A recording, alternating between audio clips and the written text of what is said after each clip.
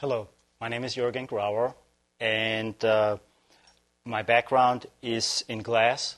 I've been trained in Germany in commercial glass, and I've been working in the glass industry for about 20 years. I've been here at Magma Art Glass for about 7 years.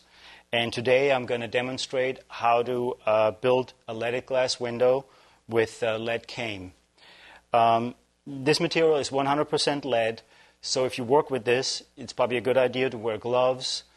Don't eat or drink or smoke while you do this because it contains lead.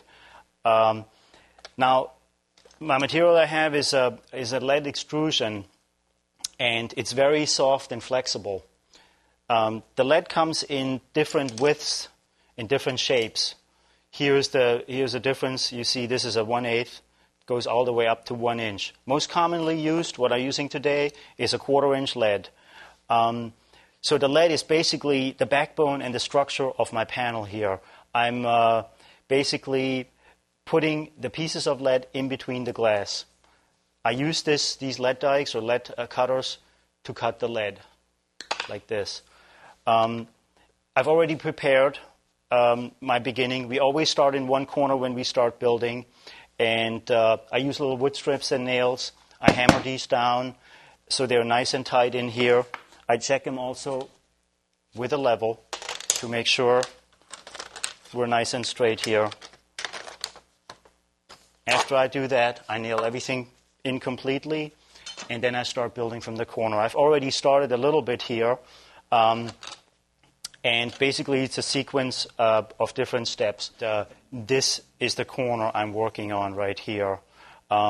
And you know, when you make yourself a pattern, you can blow it up to a specific size. Like I say, this is about an 1/8 inch scale. So basically, my next step here, I already started on the corner here. One of my next steps will be to put some more lead in here. So I measure my piece, and I use a lead knife to mark where I'm going to cut. And then I'll take my pliers, and I'll do that cutting. And I have to be really careful when I do my angles here. Then I lay it back in here. I use these little nails and stop pieces, little scrap pieces of lead to hold my project in place so it doesn't wiggle around. That's very important. But when I add the next piece of lead in, I have to remove one of them so I can put that in here.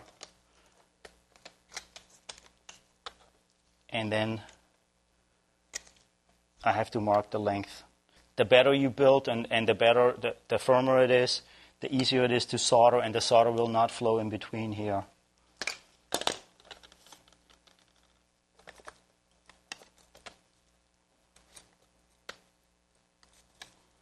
After I'm done with cutting one piece, I have to put my stop back in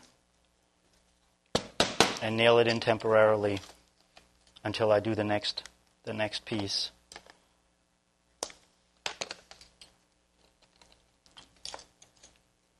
So this is the principle of how you build a stained glass panel.